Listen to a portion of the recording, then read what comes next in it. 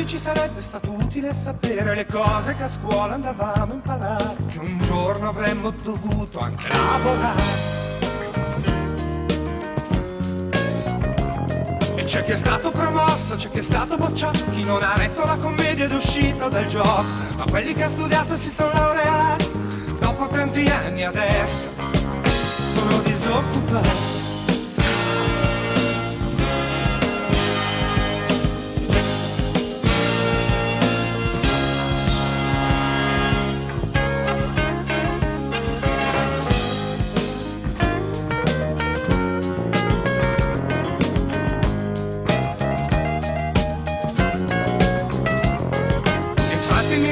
Mi sembrava un po' strano passare quelle ore a studiare il latino, perché allena la mente a mettere tutto in prospettiva, ma io adesso non so calcolare l'IVA. Io volevo sapere la vera storia della gente, come si fa a vivere e cosa serve veramente, perché l'unica cosa che la scuola dovrebbe fare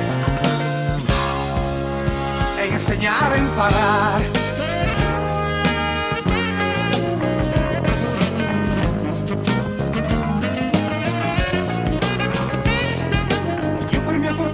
Sono sempre fregato, non facevo i compiti, non ho quasi mai studiato, ascoltavo dischi, mi tenevo informato, cercavo di capire, adesso me la so cavare.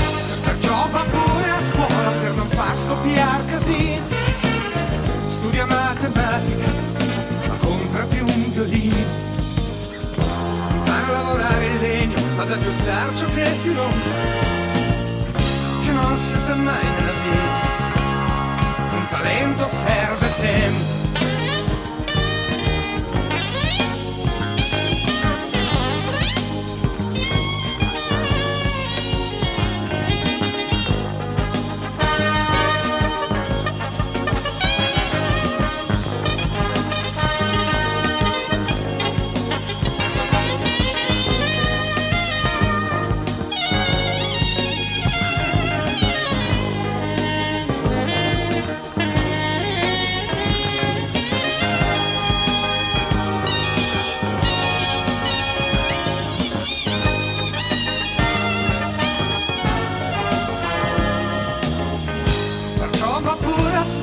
Per non far scoppiare casino, studia matematica, ma comprati un violino, impara a lavorare il legno, ad aggiustare ciò che si rompe, che non si sa mai nella vita, talento serve sempre.